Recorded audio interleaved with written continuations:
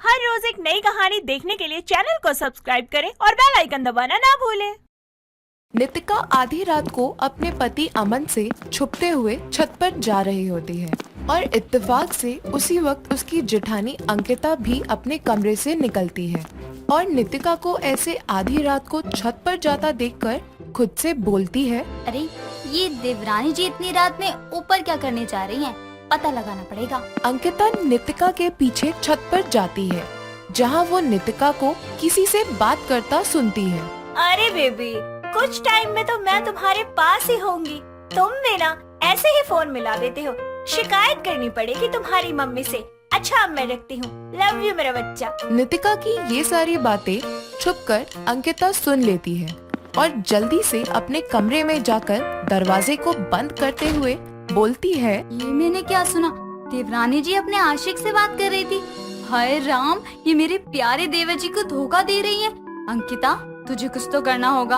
अपनी देवरानी के आशिक के होने की बात पता चलते ही अंकिता को झटका लगता है और वो पूरी बात पता करने की ठानती है।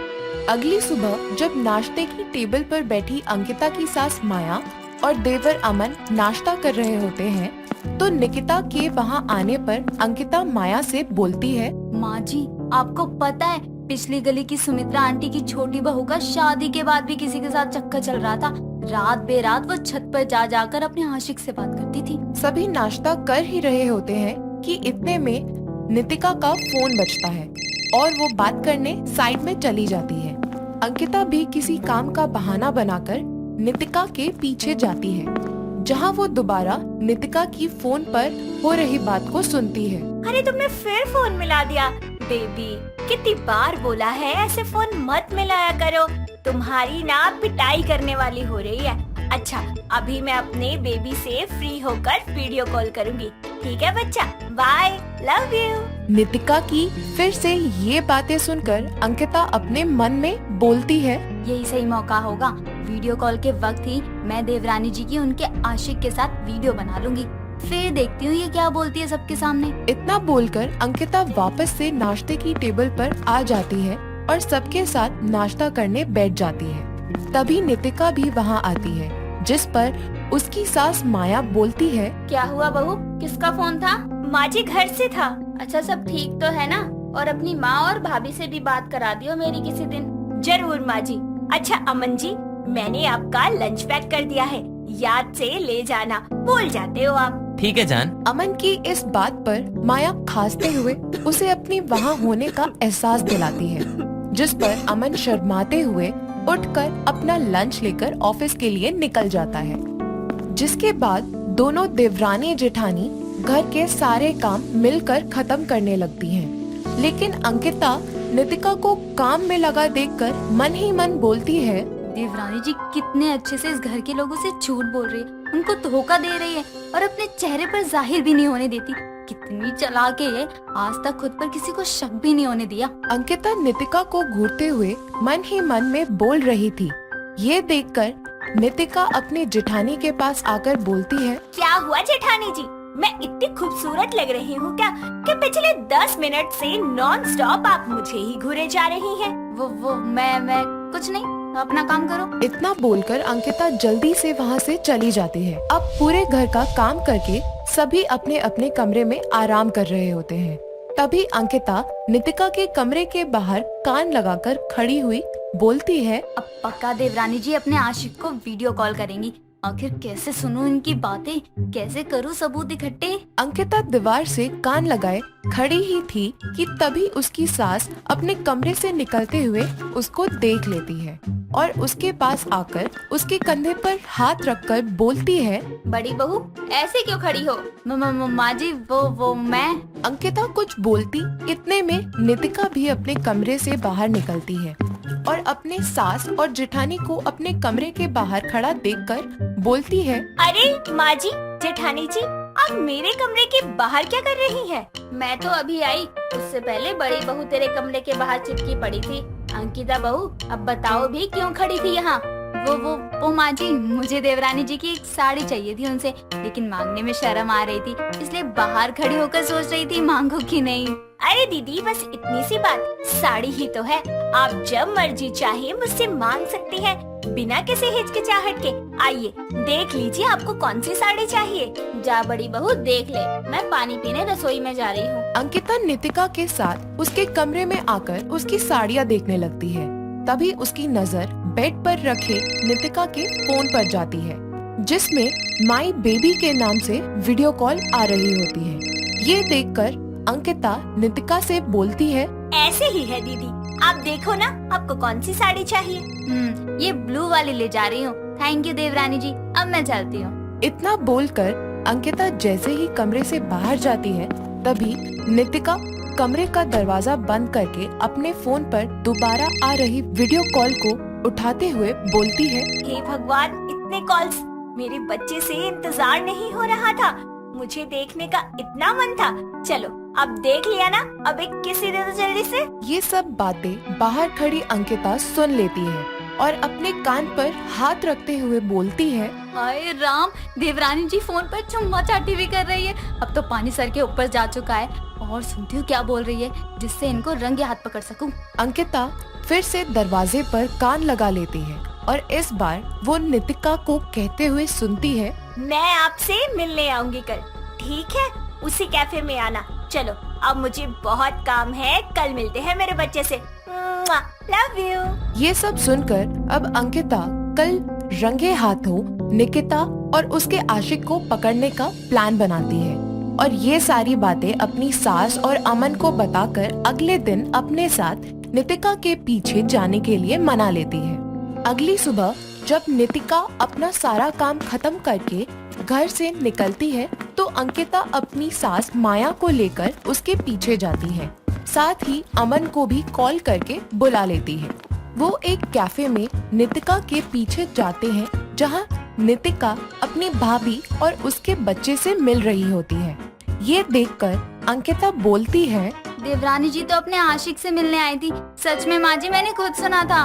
बहू तू पागल हो गई है और हमें भी कर रही है। नितिका की नजर बाहर खड़े अपने पति अंकिता और अपने सास पर जाती है, तो वो उनके पास जाकर यहाँ आने का कारण पूछती है, जिस पर माया उसे सब बता देती है। ये सुनकर नितिका हंसते हुए बोलती है, क्या जेठानी जी, इतना सब कुछ करने से पहले मुझसे पूछ तो लेती। वो माई बेबी और कोई नहीं, मेरी भाभी का छोटा सा बच्चा छोटू है, जो अपनी बुआ को कभी भी फोन मिला लेता है।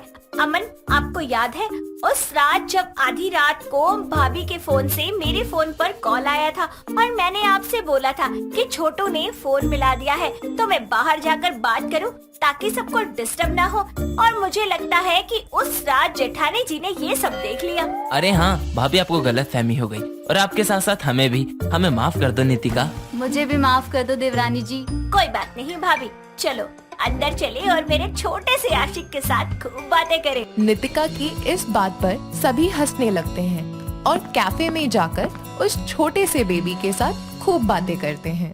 कार्तिक अपनी दोस्त संभव के साथ बैठा एक क्लब में ड्रिंक कर रहा होता है।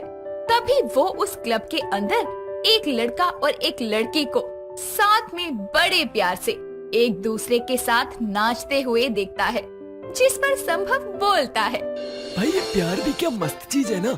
मतलब एक लड़की आपके लिए अपनी पसंद, अपना घर, सब कुछ छोड़ने को तैयार हो जाती है।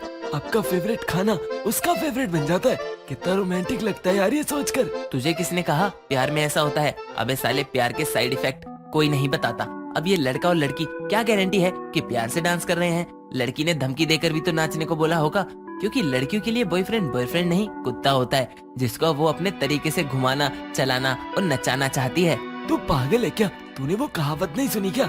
हर कामयाब आदमी के पीछे किसी औरत का हाथ होता है। हाँ भाई मानता हूँ, लेकिन सब यही बताते हैं कि हर कामयाब आदमी के पीछे एक औरत का हाथ होता है, जबकि हर नाकामयाब आदमी के पीछे भी एक औरत का ही हाथ होता है। और दुनिया में कामयाब लोगों से ज्यादा नाकामयाब लोगों की संख्या ज्यादा है। बस भाई, प्यार का पंचनामा नहीं करवाना तेरे से। इतने खूबसूरत एहसास को तो इतना भयंकर रूप मत दे। जब किसी से प्यार होगा ना, तब तुझे इस एहसास का पता लगेगा। कार्तिक संभव की प्यार वाली बातों को हवा में जाने देता है। दोनों बहुत ही ड्रंक हो जाते हैं। तभी उनके पास एक नेहा नाम की लड़की आती है जो कार्तिक के पास आकर बोलती है। हे, क्या मैं यहाँ बैठ सकती हूँ? बैठो ना, मेरे बाप का क्लब थोड़ी है जो मना करूँगा। बैठो बैठो। ओके, वैसे तुम्हारा नाम क्या है और इतनी ड्रिंक कर ली है तो तुम घर कैसे जाओगे? तुमसे मतलब कौन हो तुम? मम्मी हो मेरी या गर्लफ्रेंड? नहीं ना, तो दूर रहो। ओके, नेहा उसी क्लब में बैठकर थोड़ी बहुत ड्रिंक करने लगती है। कुछ देर में संभव और कार्तिक एक दूसरे को संभालते हुए घर ले जाने लगते हैं, लेकिन दोनों ही ज्यादा नशे में होने के कारण गिर जाते हैं। ये देखकर नेहा क्लब गार्ड की मदद से उनको उनकी कार तक लेकर जाती है और दोनों की जेब में कार की चाबी ढूंढती है। साथ ही उसको उनके घर का एड्रेस भी कार्तिक की आईडी से पता चल जाता है, जिसके बाद वो उन दोनों को घर छोड़कर अपने घर निकल जाती है। अगली सुबह खुद को घर में देखकर कार्तिक संभव के मुंह पर पानी फेंकते हुए बोलता है। अबे साले, हम घर कैसे आए? तू लाया था क्या? मुझे तो अपना होश नहीं था, तो ये कैसे पता होता कि घर कैसे आए? शायद उस क्लब के लोगों ने छोड़ा होगा। यार, उनके पैसे भी नहीं दिए थे मैंने। चलो उठ, देकर आते हैं। कार्तिक और संभव वहाँ अपना रात का बिल क्लियर करने जाते हैं, जहाँ उनको पता चलता है कि उनका सारा बिल उस लड़की ने भर दिया जो रात उनके साथ थी।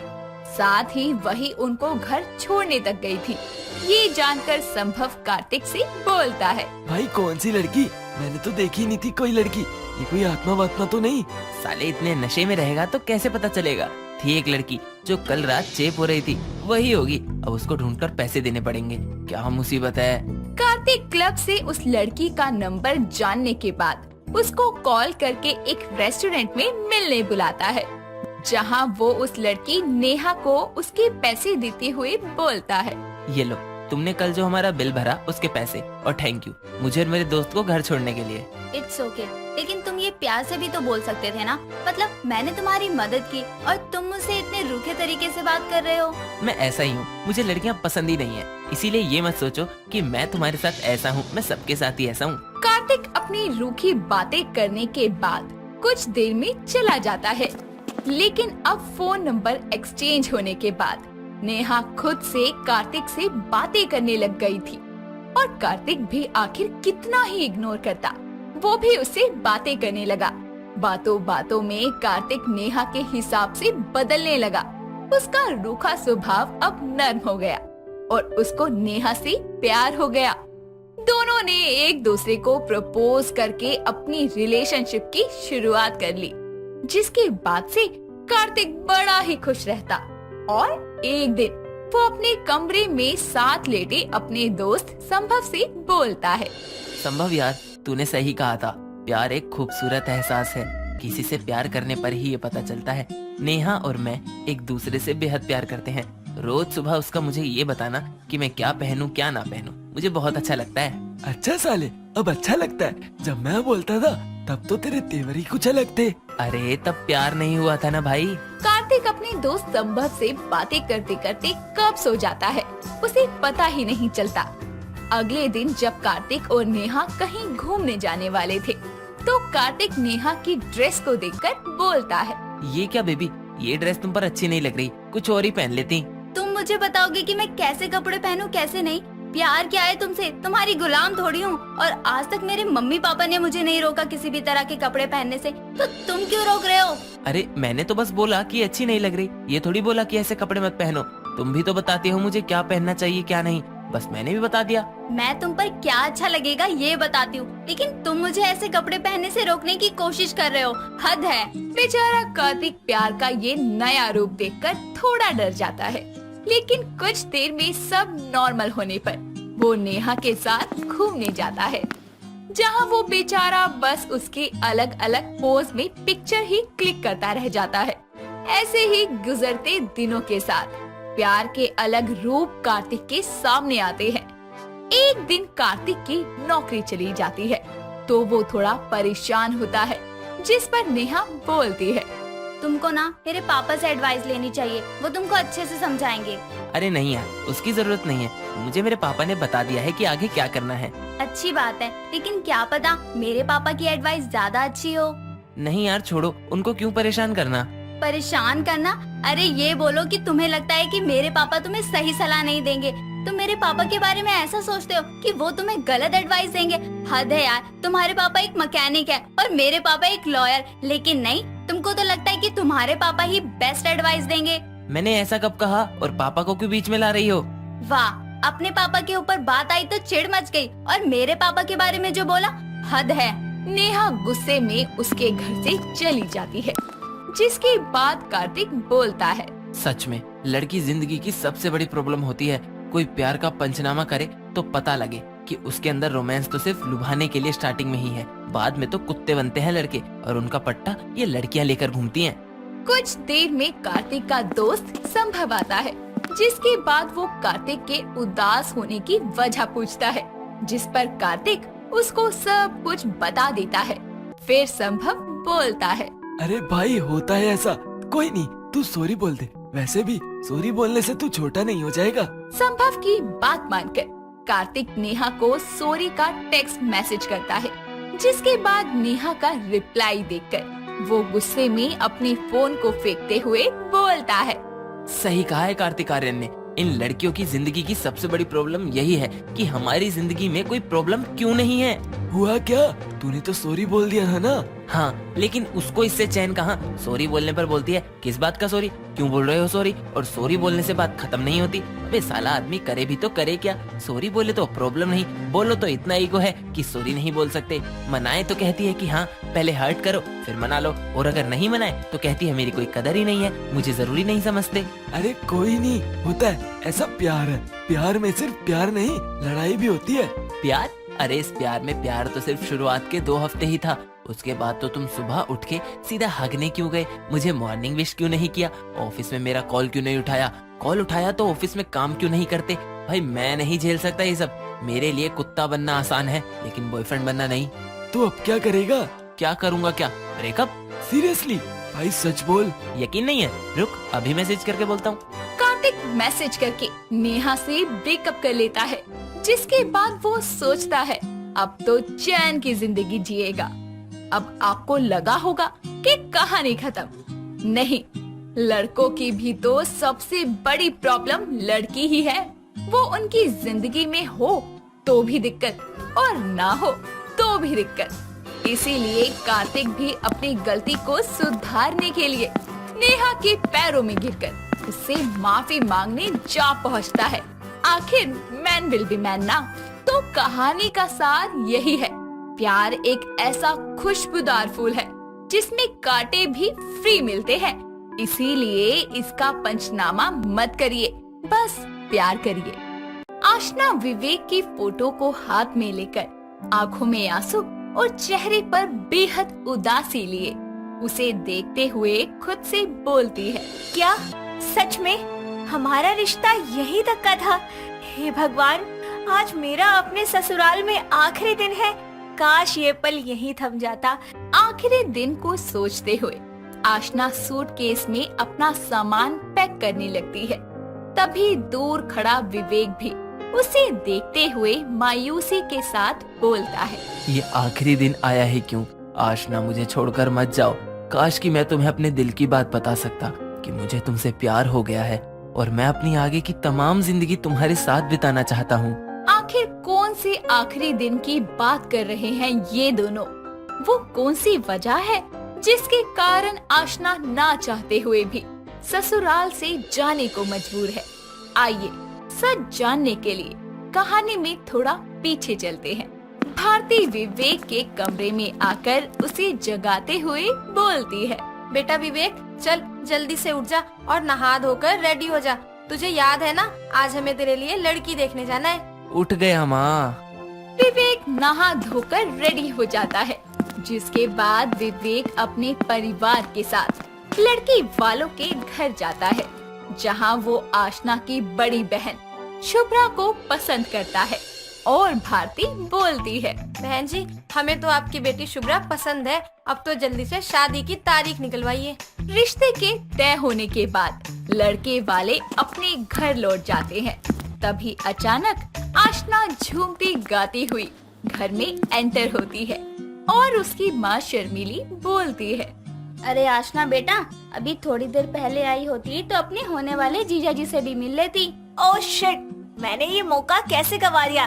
खैर अभी ना सही तो क्या हुआ, शादी में मिलना जुलना हो ही जाएगा। समय गुजरने के साथ शादी का दिन आता है। दूल्हे दुल्हन के घर में साज बाज लगी होती है और बारात दरवाजे पर खड़ी होती है। तभी शर्मीली आशना का हाथ खींचते हुए उसे कमरे में ले जाकर बोलती है। माँ क्या हुआ, आप इतनी परेशान क्यों हैं? और दीदी कहाँ है? आशना बिटिया, तेरी बड़ी बहन ने हमें कहीं का नहीं छोड़ा, वो भाग गई। पढ़ इस चिट्ठी को, हम लड़के वालों को क्या जवाब देंगे, क्या मुंह लेकर जाएंगे भरे समाज में। तेरे पिताजी की तो पगड़ी उछल जाएगी। अपने पिताजी की इज्जत बचा ले, अब उनकी इज्जत तेरे हाथ में है। पर माँ मैं कैसे? समझ ले बिटिया, आज तेरी शादी है, तुम मंडप में बैठकर हमारी लाज बचा ले, ये तेरी माँ की विनती है। मायके की लाज बचाने के लिए आशना अपनी माँ के आगे घुटने टेक देती है। शर्मीली उसे दुल्हन के जोड़े में मंडप में ले आती है और घूंघट की आड़ में दोनों की शादी हो जाती है। शादी की पहली रात जब विवेक उसका घूंघट उठाता है तो वो चौंकते हुए बोलता है, तुम कौन हो और यहाँ मेरे कमरे में क्या कर रही हो? मैं आपकी पत्नी हूँ। ये क्या बकवास है? मेरी पत्नी शुभ्रा है, तुम नहीं। माँ कहाँ हो आप? जल्दी आओ। अरे विवेक बेटा, क्या हुआ? तू इतने गुस्से में क्यों लग रहा है? माँ हमारे साथ धोखा हुआ है। आपने जिसे मेरे लिए पसंद किया था ये तो वो है ही नहीं। इन सारी बातों का जवाब अब वो बेशर्म शर्मीली देगी। भारती गुस्से में लाल पीली होकर आशना की माँ को कॉल करती है, जिसके बाद शर्मीली उसे पूरी सच्चाई बताती है। ये सुनकर भारती बोलती है, सच चाहे कुछ भी हो, मैं बस इतना जानती हूँ कि तुम माँ बेटी ने मिलकर हमें धोखा दिया है। मैं तुम दोनों के खिलाफ FIR दर्ज कराऊंगी। FIR दर्ज होने के बाद कोर्ट उन्हें 1 महीने साथ रहने की सलाह देती है और घर आने के बाद भारती बोलती है, कान खोलकर सुन ले मेरी नाम की बहू, 1 महीने तक रहने दे रही हूँ तुझे, उसके बाद तेरा मेरे घर में आखिरी दिन है। माँ जी मैं कमरे में जा रही हूँ, मैं ना बहुत थक गई हूँ। वो कमरा मेरे बेटे का है, तू रसोई में जाके मर। माँ जी शायद आपने कोर्ट का फैसला ध्यान से नहीं सुना। अगले 1 महीने तक विवेक जी की पत्नी हूँ और इस घर पर मेरा उतना ही हक है जितना आप दोनों का है। आशना कमरे में जाकर सो जाती है और विवेक बोलता है, तुम मेरे बेड पर सो तो गई हो, पर इस लाइन को पार करने की कोशिश मत करना। रात गुजरती है और सुबह होती है। आशना की आँख खुलती है तो वो देखती है कि विवेक उसके एकदम करीब है और आशना उसे देख ही रही होती है कि तभी विवेक की नींद खुलती है और वो बोलता है, तुम्हें मना किया था ना कि मेरे करीब मत आना, तुमने मुझे छुआ कैसे? ये सही है, उल्टा चोर कोतवाल को ही डांटे। अरे तुम ध्यान से देखो, मैं अपनी सीमा में ही हूँ, तुम ही मेरी सीमा में घुसे चले आए हो। और ऐसा भी क्या गजब हो गया? अरे तुम मेरे पति हो, मैं तुम्हारी पत्नी हूँ। बंद करो बकवास, 1 महीने की मेहमान हो तुम सिर्फ, फिर वो तुम्हारा आखिरी दिन होगा। आशना रेडी होकर किचन में जाकर चाय बना ही रही होती है कि तभी भारती वहाँ आकर बोलती है, क्यों नहीं नाच पिटी, किससे पूछकर तूने मेरे किचन में कदम रखा? माँ जी इसमें पूछना कैसा, मैं इस घर की बहू हूँ, यहाँ आना मेरा लीगल राइट है। माँ जी वैसे आपको शक्कर कितनी पसंद है? ये सब करके तू मेरा दिल नहीं पिघला सकती। कुछ दिन की बात है, तेरा आखिरी दिन भी आ ही जाएगा जब मैं तुझे इस घर से बाहर का रास्ता दिखाऊंगी। ओफो माँ जी अब छोड़िए भी। अरे ऐसे कैसे छोड़ दूं? तू धोखे से मेरी बहू बनी है। माँ जी रास्ता छोड़िए, मैंने अदरक इलायची वाली चाय बनाई है, वो पी लीजिए। अरे पीऊंगी क्यों नहीं, सामान तो मेरे घर का ही है, ला दे। वक्त गुजरता है और आशना अपनी सास का दिल जीतने के लिए दिन रात एक करते हुए कमर तोड़ मेहनत करती है। आज भी वो किचन में अपनी सास का मनपसंद हलवा बना रही होती है, जिसकी खुशबू से भारती किचन में आकर बोलती है, अरे ओ महारानी, दिन भर किचन में ही घुसी रहती है, इस वक्त क्या बनाकर गैस फूक रही है? वो माँ जी मेरा बेसन का हलवा खाने का मन कर रहा था तो बस वही बना रही थी। हाँ ये बेसन का हलवा तो मेरा पसंदीदा है, खुशबू भी इतनी अच्छी आ रही है, पर इससे मांगू कैसे? देखूं तो जरा, ऐसा भी कौन सा हलवा बनाया है तूने? माँ जी कैसा लगा हलवा? अब बेकार सा स्वाद है, ये भी कोई हलवा है? छीछी। माँ जी ये बेस्वाद हलवा भी आप 2 कटोरी खा चुकी हैं। सच सच बताइए कैसा लगा आपको? बकैती बंद करके काम कर ले। भारती कमरे में आकर खुद से बोलती है। हलवा तो लाजवाब बनाया था बहू ने, पर अगर मैं उसकी तारीफ कर देती तो उसे एक आस मिल जाती। नहीं नहीं, मुझे उससे दूरियां बनाकर रखनी है। बस 10 दिन की बात है, फिर इसका मेरे घर में आखिरी दिन है। ये मेरी बहू नहीं बल्कि धोखेबाज है। गुजरते समय के साथ अब विवेक और आशना का शादीशुदा रिश्ता भी ठीक होने लगता है, जिसके साथ दोनों में नजदीकियां बढ़ने लगती हैं। वहीं दूसरी तरफ सास आशना के आखिरी दिन की गिनती करते नहीं थकती थी। ऐसे ही आज भी वो कैलेंडर में सर्कल करते हुए बोलती है। बस 7 दिन की और बात है। इस नाम की बहू का मेरे घर में आखिरी दिन आने वाला है। उसके बाद मुझे और मेरे बेटे को इससे आजादी मिल जाएगी। वक्त गुजरने के साथ बचा हुआ 1 हफ्ता भी खत्म हो जाता है, जिसे देखकर भारती बोलती है। चलो बहू रानी, आज कोर्ट के अकॉर्डिंग 1 महीने पूरे हुए। आज तेरा मेरे घर से जाने का वक्त आ गया। आखिरी दिन है तेरा, जल्दी से अपनी गठरी बांध और दफा हो जा। तो दोस्तों, अब तो आप सब समझ ही गए होंगे। आइए कहानी में आगे क्या हुआ ये जानते हैं। क्या सच में हमारा रिश्ता यहीं तक का था? हे भगवान, आज मेरा मेरे ससुराल में आखिरी दिन है। काश ये पल यही थम जाए। मैं नहीं जाना चाहती यहाँ से। देखा है मैंने विवेक जी की आंखों में, वो मुझसे बहुत प्यार करते हैं। ओ महारानी, कहाँ रह गई? चल जल्दी आ, तेरा आखिरी वक्त आज ही है, समझी? आशना टूटे मन के साथ अपना सामान लिए हॉल में आती है और विवेक को देखने लगती है। आशना अपने मन में बोलती है, विवेक, मैं इस घर परिवार को छोड़कर नहीं जाना चाहती। प्लीज मुझे रोक लो। हे भगवान, ये आखिरी दिन यहीं रोक दे या तो माँ के कठोर मन को पिघला दे। अरे मेरे बेटे को क्या घूर रही है? दरवाजा उधर है, जा निकल। मैंने कहा था ना कि तेरा आखिरी दिन बहुत जल्दी आएगा। देख ले, आज वो दिन आ गया। जा निकल जा धोखेबाज। अब जुबान नहीं चलाएगी? 2 दिन पहले तक तो कहते नहीं थकती थी। सास की कड़वी बात को नजरअंदाज करते हुए आशना उसका आशीर्वाद लेकर मायके चली जाती है। आशना के जाने के बाद विवेक एकदम गुमसुम और मायूस रहने लगता है, जिसे देखकर भारती बोलती है, कहीं मैंने अपने घमंड में आकर कोई गलत फैसला तो नहीं ले लिया? जब से बहू गई है विवेक तो हंसना ही भूल गया है और मुझे भी उसकी आदत हो गई थी। मैं कल ही बहू को लाने उसके मायके जाऊंगी। भारती अगले दिन बहू को लेने आती है और शर्मीली बोलती है, समधन जी आप यहाँ? माँ जी आप, क्या हुआ? सब कुछ ठीक तो है ना? घर चल बहू, मुझे नहीं पता था कि तेरे उस आखिरी दिन के बाद मेरे घर की खुशियाँ ही खत्म हो जाएंगी। मैंने तुझे अपने घर से तो निकाल दिया, पर अपने बेटे के दिल से कैसे निकालूं? सच में आप मुझे यहाँ लेने आई हैं? मैंने आप दोनों को बहुत याद किया। बहू, मैंने भी तुझे और तेरे बेसन के हलवे को बहुत याद किया। आज तेरा असली गृह प्रवेश होगा। पुराने गिले शिकवे को खत्म करके हम नई शुरुआत करेंगे और इस बार तू सदा सर्वदा के लिए मेरे घर की बहू बनकर चलेगी। भारती अपनी बहू को अपना लेती है और इस तरह ये कहानी खत्म होती है। दोस्तों, अगर आपको ये कहानी पसंद आई तो इसे लाइक करें, शेयर करें और कमेंट करके बताएं कि कहानी में आपको सबसे अच्छा क्या लगा।